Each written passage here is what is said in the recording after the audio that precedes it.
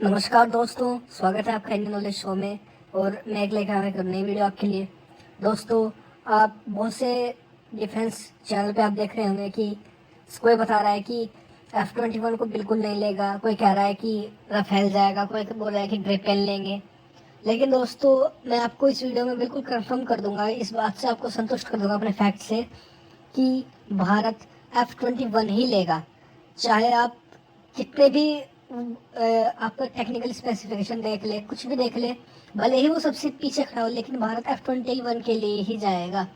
इसके लिए मैं आपको पूरे फैक्ट दूंगा और आपको पूरा रीजन भी बताऊंगा। तो चलिए दोस्तों, लेकिन पहले आप प्लीज चैनल को सब्सक्राइब कर लीजिए, वीडियो को लाइक कर दीजिए, और अगर अच्छी लगे डिसलाइक कर दीजिए और कमेंट सेक्शन में अपने अनुभव को बताइएगा जरूर। तो चलिए दोस्तों, वीडियो शुरू करते हैं।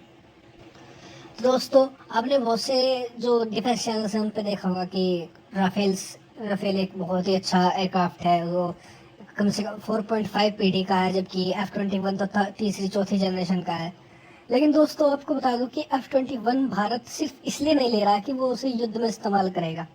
इसके पीछे की एक बहुत बड़ी पॉलिटिक्स भी है।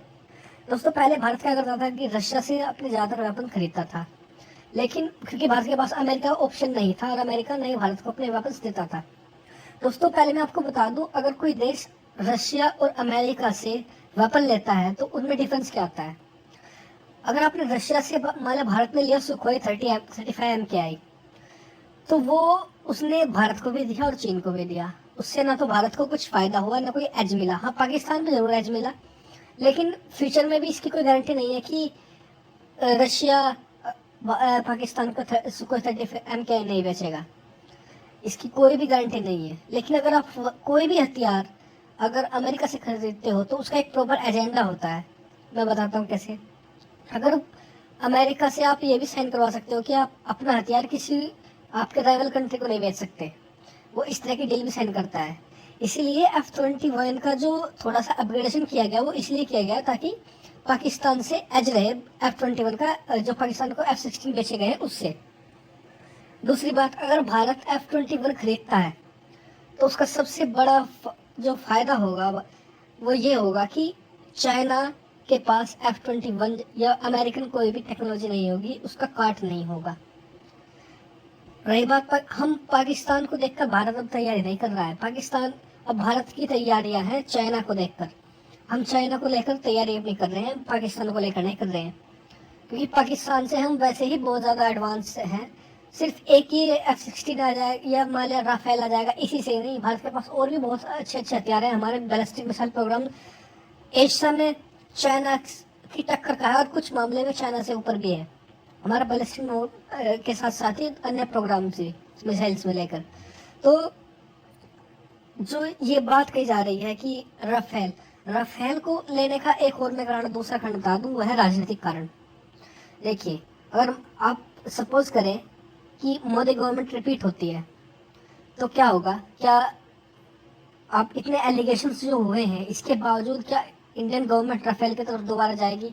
और इतने रिश्तों में खटका जा रहा है, जो अब सूत्रों के हवाले से जो खबर भी निकल के आई है कि कुछ अधिकारियों में आपस में वो तालमेल भी अब नहीं रहा, क्योंकि कहीं टैक्स को लेकर, कहीं कुछ अन्य इशू को लेकर।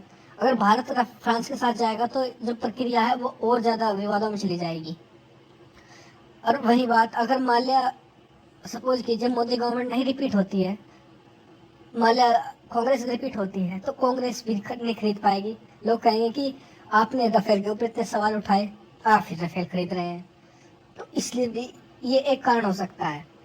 तो दोस्तों, इसके अलावा भी बहुत सारे कारण हैं, जैसे कि भारत को जो तीसरा सबसे महत्वपूर्ण कारण जो इंडियन मिलिट्री के पर्सपेक्टिव से मैं देख रहा हूँ, या हमारे जो मिलिट्री एक्सपर्ट देख रहे हैं, वो है दो ऐसे हथियार जो अगर F-21 मिलता है तो फिर लॉकहीड मार्टिन के दो ऐसे हथियार हैं जो भारत को भविष्य में दिए जा सकते हैं, और भारत को बिलियंस ऑफ डॉलर्स करने पड़ेंगे अपनी फिफ्थ और सिक्स जनरेशन पर भी। और जो आपस में टाइज होंगे वो ज़्यादा मजबूत हो जाएंगे। वे दो हथियार है F-35 और F-22 रैप्टर। दोस्तों, जो F-22 रैप्टर है ना, उस पर मैं अलग ही वीडियो बनाऊंगा। वो हथियार नहीं है, वो तो एक असासियन है। वो तो ऐसा है कि स्पेशल जगह जाएगा, वो इस्लामाबाद पे उड़ के वहाँ के हर चीज़ की धज्जा उड़ा जाएगा और वापस आ जाएगा चुटकियों में। तो इन दो हथियारों पर भी भारतीय आर्मी की बहुत ज़्यादा ही नज़र है।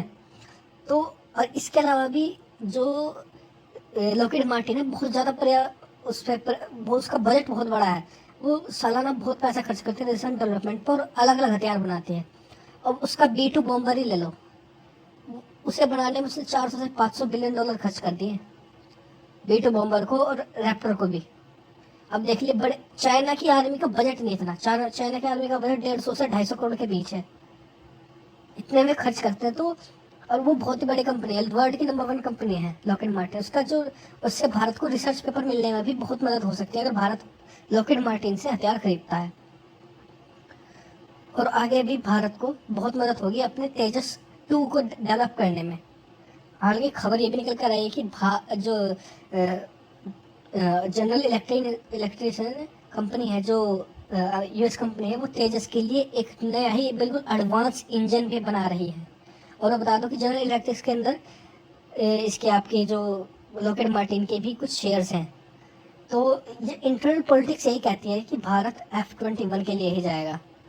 हालांकि आपको अभी भी व्यूज़ के लिए, सब्सक्राइबर के लिए लोग कुछ कुछ बना के दे रहे हैं, लेकिन मैं बिल्कुल आपको इंटरनल पॉलिटिक्स के थ्रू, या फिर जो आपको आप थोड़ा अगर ठंडे दिमाग से देखेंगे, अगर आप फैक्ट्स को मतलब कि जो स्पेसिफिकेशन को अलग रख के जो फैक्ट्स हैं उन्हें जाएंगे, तो आपको लगेगा कि F-21 ही एक भारत के लिए रियल कंपैटिबल है। और रही बात इसकी यार डेवलपमेंट में भी, F-20 बिल्कुल ऐसा नहीं है जो देखने में आपको लग रहा है कि ये F-16 है। इसका जो रडार है वो 2x कर दिया गया है, यानी कि उसकी कैपेसिटी दुगनी कर दी गई है। इसका पेलोड तिगना कर दिया गया है, यानी जितना पेलोड F-16 लेके जा सकता है उससे ज़्यादा पेलोड F-21 लेके जा सकता है। साथ ही इसका जो फ्यूल एफिशिएंसी है वो बहुत ही कम है। आप जो राफेल, आप उसकी बात करते हैं, राफेल को उड़ाने का 1 घंटे खर्चा $20,000 के करीब है, वहीं F-16 का खर्चा करीबन $12,000 है।